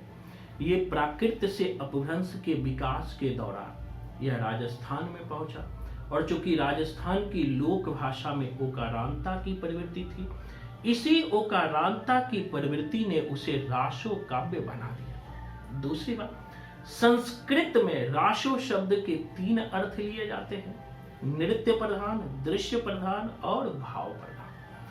तो अब संस्कृत पाली और अपभ्रंश के विकास के दौरान 2 प्रवृत्ति गौण हो गई, नृत्य प्रधान और दृश्य प्रधान। बच गई जो प्रवृत्ति वो भाव प्रधान प्रवृत्ति बच गई, गीत प्रधान प्रवृत्ति बच गई। वही प्रवृत्ति आज भी चल रही है। आगे हमने राशो के बारे में समझा कि आचार्य रामचंद्र शुक्ल ने आदिकाल का नाम 12 वीर गाथात्मक रचनाओं के आधार पर ही इसका नाम वीर गाथा काल रखा। इसमें 12 रचनाओं में से 4 अपभ्रंश की रचना थी, जिसका हमने बोर्ड पर भी लिखा कि विजयपाल राशो, हमीर राशो, कीर्ति लता और कीर्ति पताका। हम ही विजय होंगे तो हमारी कीर्ति पताका फहराएगी। और 8 उन्होंने देश भाषा की रचना लिखा। आगे टॉपिक में हम वो भी 8 रचना आपको लिखवाएंगे। दूसरी तरफ राशो साहित्य को भी प्राय 3 वर्गों में बांटकर देखा जाता है। इनको समझ लीजिए, फिर हम टॉपिक पे आएंगे कि जो राशो साहित्य है, इस सबको फिर से एक बार हम पढ़ेंगे। बस हम राशो के बारे में समझने का प्रयास कर रहे हैं कि आखिर राशो साहित्य है क्या। अगर स्थापना और तर्क में भी पूछ लें, राशो साहित्य को विषय की दृष्टि से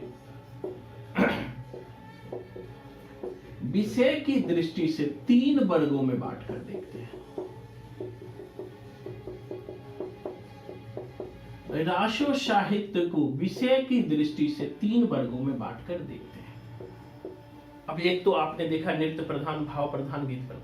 यहाँ विषय आने की इनका मूल विषय क्या था, वो तो प्रवृत्ति हमने देखा। मूल विषय क्या था, तो पहला वीर गाथात्मक राशो का, वीर गाथात्मक राशो का, यानी कि राशो साहित्य को विषय की दृष्टि से हम 3 भागों में बांटकर देख सकते हैं।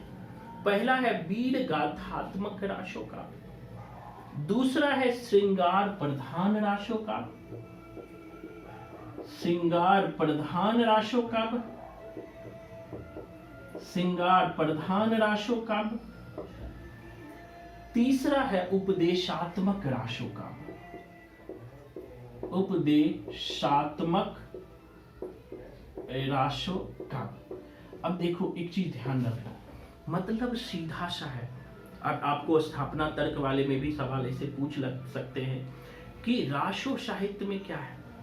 देखिए ध्यान रखना कि राशो साहित्य में वीर गाथात्मक रचनाएं भी है, जिसमें वीरता केंद्र में है। दूसरा श्रृंगार भी है और उपदेश भी है। एकदम ध्यान में रखना कि राशो साहित्य में वीरता प्रधान रचनाएं भी है, यानी वीरता की भी चर्चा है। दूसरा श्रृंगार की भी चर्चा है, और तीसरा उपदेश की भी चर्चा है। ऐसा नहीं कि एक ही चर्चा है, तीनों की चर्चा है। अगर क्वेश्चन आपसे ये भी पूछ ले कि रासो साहित्य केवल वीरता प्रधान, क्योंकि रासो साहित्य में केवल वीरता का चर्चा है तब भी गलत होगा, केवल श्रृंगार की चर्चा है तब भी गलत होगा, या पूछ ले केवल उपदेशात्मकता की प्रवृत्ति है तब भी गलत होगा। इनको ध्यान में रखिए। अब ये भी ध्यान रखना कि आखिर रासो, ये जो वीरता परक रचनाएं कौन कौन है, ये भी ध्यान में रखना है। श्रृंगार परक रचनाएं कौन है और उपदेशात्मक रचनाएं कौन कौन है, इनको भी हमें ध्यान में रखना है। तो पहले हम कम वाले को ध्यान में रखेंगे कि श्रृंगार परक रचनाएं दो ही है, उसे याद कर लीजिए। श्रृंगार परक रचनाएं दो ही है। पहला है संदेश राशक। संदेश राशक रचना है अब्दुल रहमान का, अब्दुल रहमान का संदेश राशक। आगे मैं सदी भी बताऊंगा किस सदी का, अभी इतना ही याद रखो। श्रृंगार परक दो ही रचनाएं हैं, लिख भी लेना। पहला है संदेश राशक, और संदेश राशक अब्दुल रहमान की रचना है। दूसरा है बीसल देव रासो, दूसरा है बीसल देव रासो, बीसल देव रासो। यह है नरपति नाल्हा की रचना, नरपति नाल्हा, नरपति नाल की रचना। दो जो है रासो काव्य में श्रृंगार प्रधान रचनाएं हैं, उन दोनों को याद रखना। पहले संदेश राशक। अब इसे याद कैसे रखोगे, सिंपल कोडिंग भी हम लोग बताते रहते हैं। संदेश राशक, तो संदेश अब्दुल रहमान, कोडिंग कर देंगे कि संदेश सुनाते हैं AR Rahman. AR Rahman music director है, म्यूजिक सुनाते हैं, तो उसी से कोडिंग करेंगे कि AR रहमान हमें संदेश सुनाते हैं।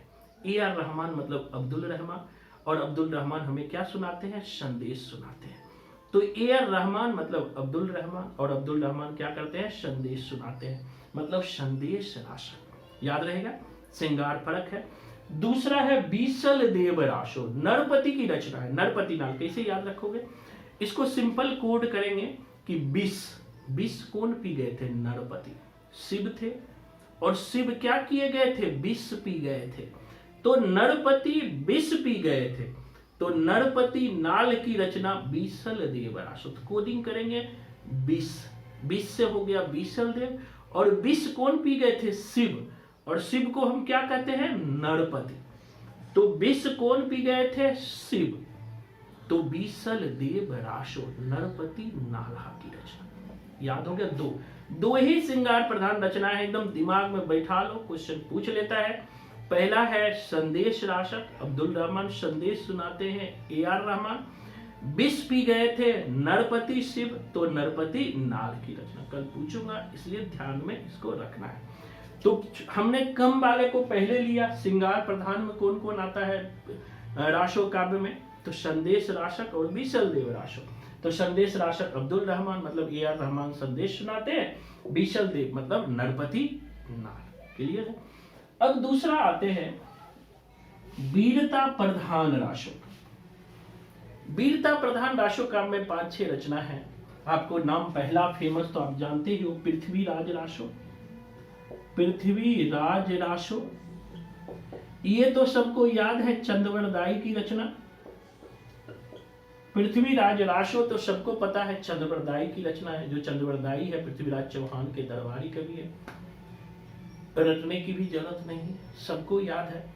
दूसरा है हमीर रासो, दूसरा है हमीर रासो, दूसरा है हमीर रासो, शांगधर की रचना है,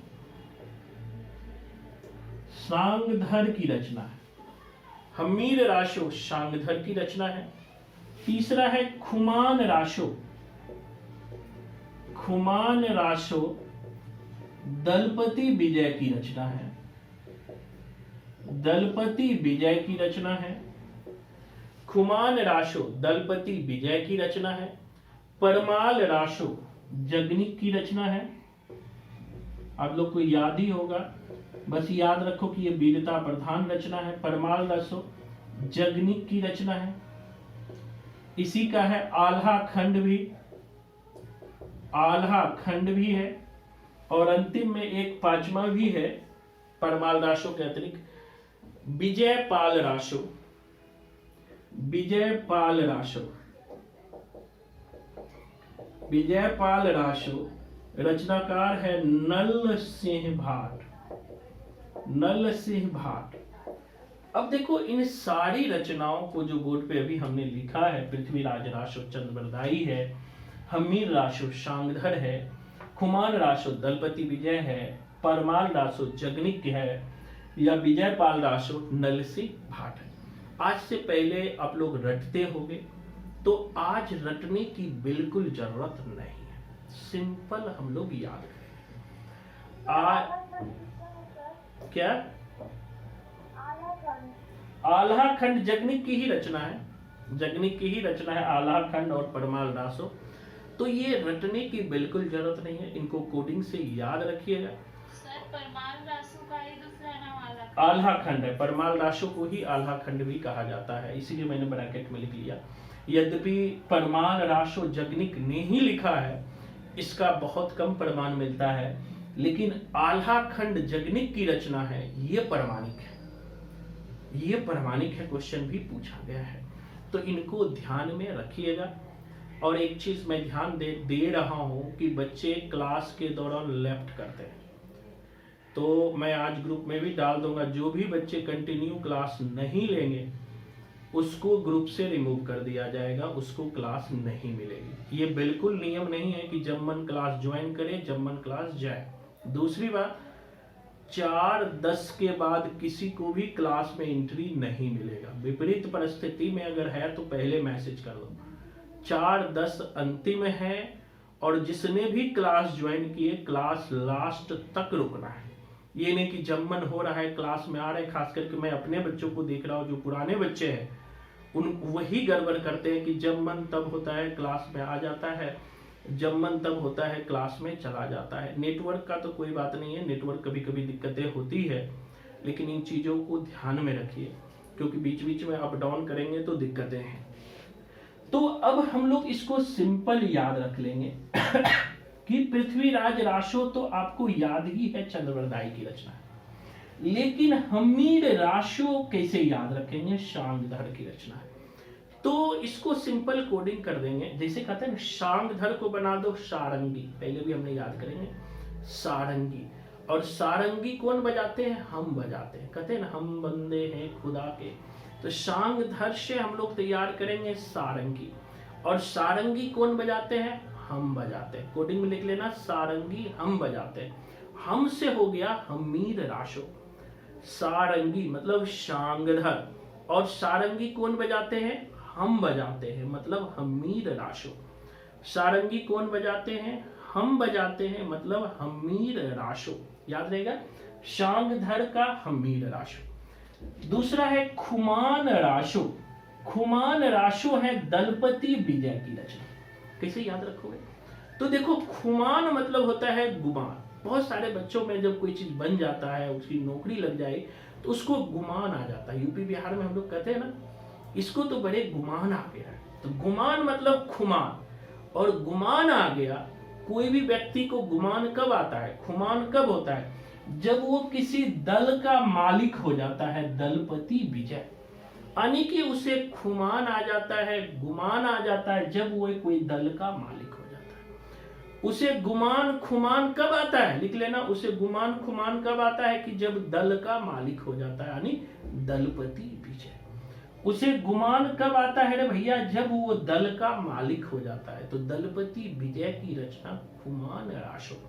जब कोई व्यक्ति किसी दल का मालिक बन जाता है तो उनके अंदर गुमान आ जाता है, खुमान आ जाता है। तो दलपति विजय की रचना खुमान राशो। याद रहेगा।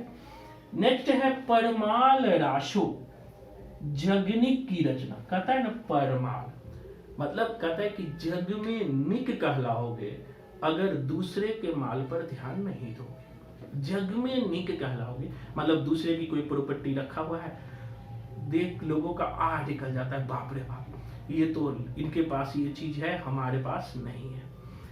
तो जगनिक की रचना है परमाल राशो। कैसे याद रखेंगे? आल्हा खंड। कि जग में निक कहलाओगे अगर परमाल पर ध्यान नहीं दोगे। पर मतलब दूसरे के माल पर ध्यान नहीं दोगे और अल्लाह का नाम लोगे। जग में निक कहलाओगे, जग में निक कहलाओगे अगर परमाल मतलब दूसरे के माल पर ध्यान नहीं दोगे और अल्लाह का नाम लोगे। दूसरे के माल पर ध्यान नहीं दोगे और अल्लाह का नाम लोगे। तो जग निक मतलब जग में निक कहलाओगे अगर दूसरे के माल पर ध्यान नहीं दोगे और अल्लाह का नाम लोगे, मतलब अल्लाह खंड। एक है विजय पाल राशो, कैसे याद रखोगे? नल सिंह भाट की रचना। तो एक चीज आपने ध्यान दिया होगा, विजय प्राप्त करने के लिए लोग भिन्न भिन्न तरीके के नुस्खे अपनाते हैं। कोई अगरबत्ती जला के जाते हैं, कोई कुछ करके जाते हैं। तो यहाँ है विजय पाल राशो, रचना है नल से। तो विजय प्राप्त, पहले के जमाने में क्या होता था, 7वीं 8वीं सदी में विजय प्राप्त करने के लिए घोड़े में नाल ठुकवाते थे। आपने देखा होगा नल, घोड़े में क्या ठुकवाते थे? नाल। तो नल हो गया ना। तो विजय प्राप्त करने के लिए घोड़े में नाल ठुकवाते थे, नल। तो यहां से ले लेंगे नल सिवा। तो कोड लिखना कि लोहे का नाल ठुकवाते थे, तो नल, नल हो गया ना, नल सिवा। तो हम कैसे कोडिंग याद रखना? विजय पाल राशो, कोडिंग करना कि विजय पाने के लिए हम घोड़े में नाल ठुकवाते हैं, नल। तो नाल से हो गया नल सिंह भाट। अब देखो ये सारी रचना, अपने नाम भूल जाओगे लेकिन रचनाएं नहीं भूलोगे, इसीलिए कोडिंग काम आता है। जैसे हमने कहा पृथ्वी राज राशो, तो मैंने कोडिंग नहीं कराया, सबको याद ही है। हमीर राशो, हमने कहा हमीर, हमीर हम बंदे हैं खुदे के, सारंगी बजाते हैं ना, और सारंगी बजाते हुए कहते हैं हम बंदे हैं खुदा के। तो हमीर। खुमान, खुमान कब होता है? गुमान। ये कोडिंग आपके दिमाग में आना चाहिए। हमें गुमान कब होता है? हम दलपति का मालिक हो जाते हैं, दलपति विजय। हमें भी कुछ कुछ हमारे बच्चे कहते हैं मास्टर जी बड़े घमंडी है, मैसेज का रिप्लाई नहीं देते। अब भैया समस्या हमारे पास इतने आते हैं कि यूपीएससी का अलग बैच चलता है, इसका अलग चलता है, कभी कभी इतने मैसेज आता है कि मैं मोबाइल देख ही नहीं पाता हूं, फिर 2 दिन बाद रिप्लाई करता हूं। तो ऐसा बिल्कुल मत समझा करो, मैं बिल्कुल घमंडी नहीं हूं, है ना, क्योंकि घमंड भगवान का भी नहीं रहा है, हम तो छोटे से आदमी हैं, है ना। तो विजय पाल यानी विजय, यहां पर देखो हमने क्या कहा कि खुमान, दलपति। जब हम खुमान कब होता है? हम किसी दल के जब मालिक बन जाते हैं तो हमारे अंदर गुमान आ जाता है। परमाल, हमने कहा कि परमाल मतलब जग में निक कहलाओगे, जग में अच्छा कहलाओगे अगर दूसरे के माल पर ध्यान नहीं दोगे। अब हमने कहा विजय पाल राशो, यानी विजय प्राप्त करने के लिए नाल ठुकवाना करता है, घोड़े में लोहे का नाल ठोकते हैं, तो नल से भाग। अभी तक में 2 प्रकार की रचनाएं हमने राशो साहित्य में देखा। एक तो देखा श्रृंगार प्रधान, श्रृंगार में 2 ही है, संदेश राशक। संदेश कौन सुनाते हैं? कोडिंग याद रखना, AR रहमान मतलब अब्दुल रहमान। विष कौन पी गए थे? तो शिव। और शिव क्या कहलाते हैं? नरपति। तो नरपति नाला की रचना विशलदेव राशो। अब इसके अलावा जो भी रचनाएं हैं वह उपदेशात्मक रचनाएं हैं। इसके अलावा जो भी रचना है वह उपदेशात्मक रचनाएं हैं। बहुत सारी उपदेशात्मक रचना है। इस उपदेशात्मक रचना को आप जैन साहित्य में भी आगे पढ़ेंगे, क्योंकि जैन साहित्य का मूल प्रवृत्ति तो सांप्रदायिक था, लेकिन उनमें उपदेशात्मकता की भी प्रवृत्ति था, जो अलग साहित्य वाला, दूसरे साहित्य से अलग। उपदेशात्मक रचनाओं में प्रमुख है 2-4 रचना की यहां पर मैं चर्चा कर दूं। पहला है शालिभद्र शूरी। शालिभद्र शूरी की रचना भारतेश्वर बाहुबली रास, भारतेश्वर बाहुबली रास। अब देखो इसे याद कैसे रखेंगे, इसको सिंपल कोडिंग करेंगे। वैसे भी साली तो कोडिंग कर लेना, जीजा साली वाला साली। जीजा साली तो सब समझते हो, साली गांव में यूपी बिहार में कहा जाता है साली इजकल टू आधे घर वाले, ठीक है। इसी चक्कर में जीजा को मार भी लगता है। तो साली कैसा जीजा चाहती है, एकदम कोडिंग करना। साली कैसा जीजा चाहती है? तो बाहुबली। यूपी में होगी तो पक्का बाहुबली चाहेगी, कि लोग कहता है ना कि यूपी में बहुत सारे पहले बाहुबली होते थे, अब तो थोड़ा कम हो गए, योगी बाबा जब से आए हैं तो बाहुबली को कम कर दिए। तो हम कोडिंग करेंगे कि साली कैसा जीजा चाहती है, बाहुबली, मतलब भारतेश्वर बाहुबली रास। सिंपल याद रहेगा कि साली कैसा जीजा चाहती है तो कोडिंग करना बाहुबली। तो उसी से हमें कोडिंग याद रखना, साली भद्र शूरी का बाहुबली रास, यानी कि भारतेश्वर बाहुबली रास। ये किस प्रकार की रचना है। एक चीज और याद रखना कि जहां भी रास लगा हो ना, अधिकतर रचना वो उपदेशात्मक होते हैं। जहां भी रास लगा होता है अधिकतर रचनाएं क्या होते हैं, उपदेशात्मक होते हैं। इसी तरह से एक रचनाकार है आसगु का है चंदन वाला रास। चंदन वाला रास कैसे याद रखोगे, आसगु मतलब आशा करते हैं, किसका, चंदन का। आशा करते हैं किसका, चंदन का। आप लोग देखे होंगे कि जब आप जाते होंगे, खास करके जो दिल्ली से हो, तो सीपी लोग आशा करके जाते हैं। सीपी में एक दुकान है, वहां चंदन का मिलता है, बिको टर्मरिक आयुर्वेदिक क्रीम, नाम सुने हो कि जो आयुर्वेदिक क्रीम होता है उसका नाम हल्दी चंदन वाला भूल गया मैं, क्या होता है, एक कोई बता सकते हो। विको टर्मरिक होता है, विको टर्मरिक आयुर्वेदिक क्रीम, वो पहले बचपन में हम लोग बहुत गोरा होने के लिए लगाते थे। तो हम लोग आशा करते हैं किसका, कोडिंग करना आसगु, मतलब आशा करते हैं किसका, चंदन का। रचना जीवन में नहीं भूलना है, ये तभी नहीं भूल सकते जब कोडिंग से याद रखोगे, वैसे रट्टा मारोगे भूल जाओ। हम आशा करते हैं किसका, चंदन का। तो चंदन का याद रखेंगे तो चंदन वाला रास। सदी उदी बाद में बताऊंगा, अभी बेसिक चीज आपको ट्रिक सिखवा रहा हूं। हम आशा करते हैं किसका, चंदन का। तो आशगु की रचना हो गया क्या, चंदन वाला रास। एक बड़ी फेमस है जिन, एक रचनाकार है जिन दत्त सूरी।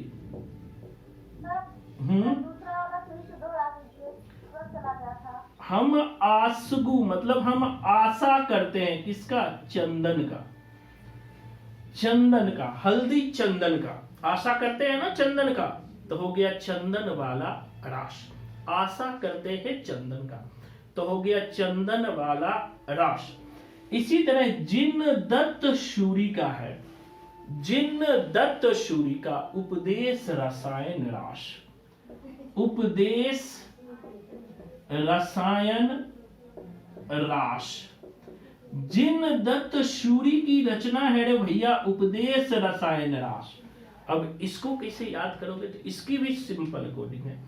जिन दत्त, इसको दत्त को बना दो संजय दत्त। जिन दत्त शूरी का क्या है, उपदेश रसायन रास। तो जिन दत्त को हमने बना दिया संजय दत्त। अरे भैया संजय दत्त मुन्ना भाई एमबीबीएस में क्या देते थे, उपदेश देते थे।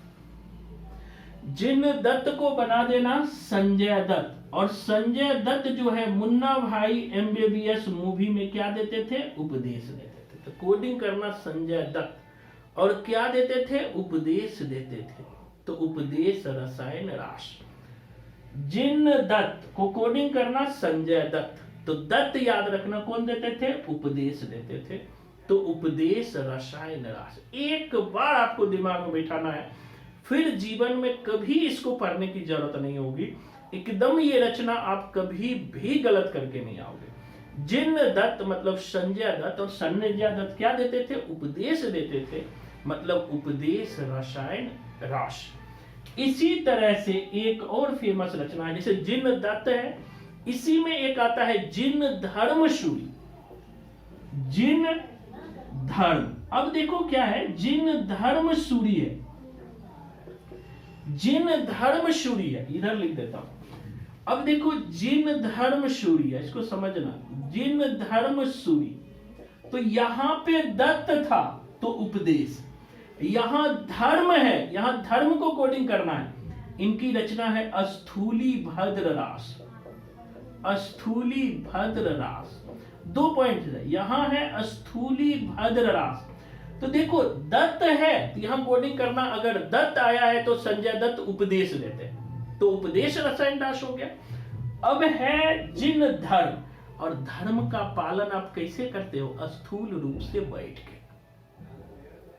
दत्त तो उपदेश देता है, लेकिन धर्म का पालन कोडिंग में लिखना कि धर्म का पालन हम कैसे करते हैं, स्थूल रूप में बैठ करके। धर्म का पालन हम कैसे करते हैं भैया, स्थूल रूप में बैठ के, स्थूल रूप में बैठ के। तो स्थूल से हो गया स्थूली भद्र रास, स्थूल से हो गया स्थूली भद्र रास, यानी हम धर्म का पूजा कैसे करते हैं, स्थूल रूप में बैठ के।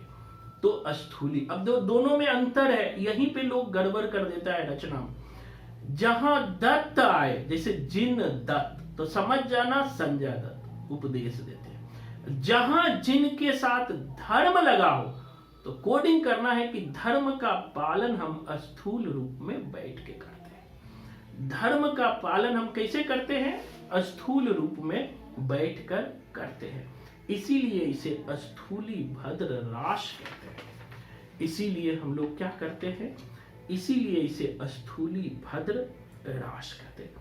और भी बहुत सारे रासोपरक रचनाएं हैं, ये तो मैंने बहुत कम अभी बताया है, अभी तो थोड़ा आपको टेलर दे रहा हूं कि जिससे कि आपको धीरे धीरे कुछ कुछ चीजें दिमाग में आते रहे। क्योंकि जब हम व्यापक पटल पर आएंगे तो हम ये भी देखेंगे कि भारतेश्वर बाहुबली रास में क्या है, चंदनवाला रास में क्या है, या उपदेश रसायन रास में क्या है, स्थूली भद्र रास में क्या है। तो अभी बेसिक हम समझ रहे हैं, जैसे कि हमने अभी रचना और रचनाकार लिखा है, उसको बताए, पहले वो याद करेंगे, फिर ये भी याद करेंगे किस सदी के हैं ये, क्योंकि सदी को भी ध्यान में रखना जरूरी है। अगर क्रम में रचना पूछ लिया, सदी याद नहीं है, तब भी आप गलत करके आएंगे।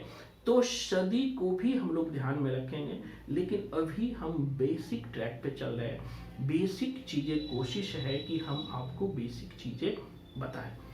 और तीसरे जो हमने बांटा था, अब फिर से हम थोड़ा बैकअप पे चलते हैं आगे, और हमने उपदेश परक रचनाएं में और पढ़ेंगे। उससे पहले एक बार समझें कि आज हमने बेसिक रूप से जो बताया, चर्चा किया था कि जो आदिकालीन जो प्रवृत्तियां हैं उसे हमने 3 वर्गों में बांटा था। पहले हमने कहा कि धर्म संबंधी साहित्य, जिसमें धर्म केंद्र में है, जो सांप्रदायिक साहित्य है, जो संप्रदाय विशेष के लिए लिखा गया साहित्य है, जिसमें संप्रदाय मतलब कि धर्म और साधना केंद्र में है। यद्यपि इसमें जैन साहित्य में उपदेशात्मकता की भी प्रवृत्ति मिलती है। दूसरी तरफ हमने रासो साहित्य पढ़ा, रासो साहित्य पर ज्यादा चर्चा किया कि रासो साहित्य क्या है। तो हजारी प्रसाद द्विवेदी ने यह बताया परंपरावादी दृष्टि से कि यह अचानक पैदा हुई परंपरा नहीं है, बल्कि यह संस्कृत काव्यधारा से ही चली आ रही है। संस्कृत से पाली, प्राकृत और अपभ्रंश के विकास के दौरान ये राजस्थान पहुंची। राजस्थान में ओकारांता की प्रवृत्ति थी, लोक भाषा में वहीं से यह रासो बन गए। आगे हमने पढ़ा कि रासो साहित्य में 3 प्रकार की प्रवृत्ति पाई जाती है। रासो शब्द के 3 अर्थ बताए जाते हैं, नृत्य प्रधान, दृश्य प्रधान और भाव प्रधान। तो धीरे धीरे संस्कृत, पाली, अपभ्रंश के विकास के दौरान ये नृत्य प्रधान और दृश्य प्रधान गौण हो गए, भाव प्रधान प्रवृत्ति या गीत प्रधान प्रवृत्ति ही रह गए, और आज भी यही प्रवृत्ति चल रही है। इसकी चर्चा की। दूसरी तरफ हमने बताया कि जो रासो साहित्य को हम लोग जो है आचार्य रामचंद्र शुक्ल ने 12 रचनाओं के आधार पर ही आदिकाल का नाम वीरगाथा काल रखा था। उसमें से 4 अपभ्रंश की ही रचना हमने बताया था, सिंपल कोडिंग से हम ही विजय होंगे तो हमारी कृति पताका फहराएगी। कोडिंग था हम ही मतलब हमीर रासो, विजय मतलब विजयपाल रासो, कृति लता और कृति पताका। 8 देश भाषा की रचना है जिसे अभी हमने नहीं बताया, आगे चर्चा करेंगे। दूसरी बात हमने कहा कि रासो साहित्य को विषय की दृष्टि से 3 भागों में बांटकर हम देखते हैं, वीरता प्रधान रासो का, श्रृंगार परक रासो का और उपदेशात्मक प्रधान। क्योंकि इसको अलग अलग बांट करके इसलिए भी पढ़ना जरूरी है कि कभी कभी ये भी क्वेश्चन दे देता है निम्नलिखित में से कौन श्रृंगार प्रधान रचनाएं नहीं है, या कौन से श्रृंगार प्रधान रचनाएं हैं, कौन से वीरता प्रधान रचनाएं हैं, कौन से उपदेशात्मक रचनाएं हैं। तो उस कंडीशन में आसानी से आपका सवाल बन जाए।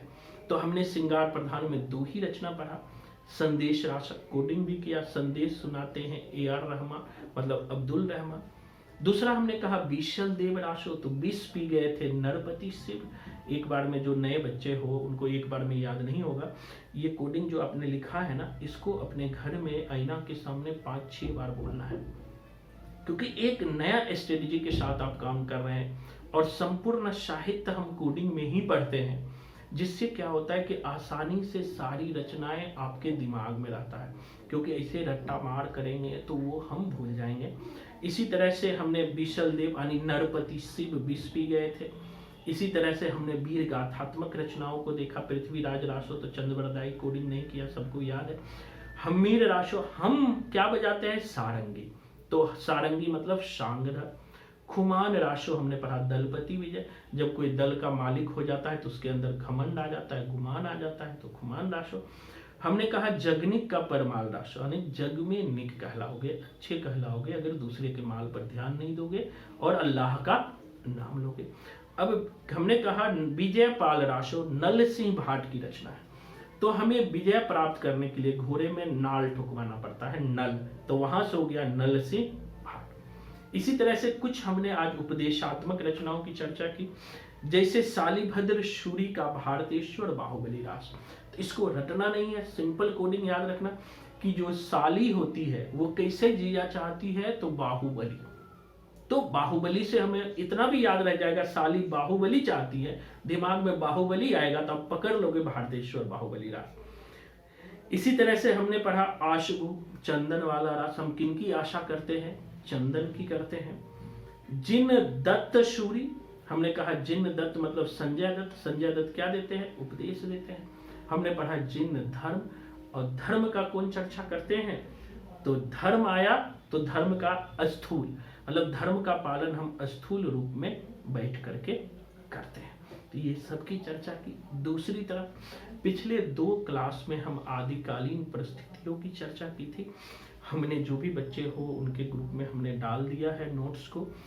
बेसिकली आज के क्लास में जो है आदिकालीन परिस्थितियों को आप सब नोट्स से भी देख के, 2 वीडियो भी देख के अच्छे से तैयार कर लेना। कुछ और हम बताएंगे आपको परिस्थितियां पर, लेकिन फिलहाल बेसिक चीजें आपको पता होनी चाहिए।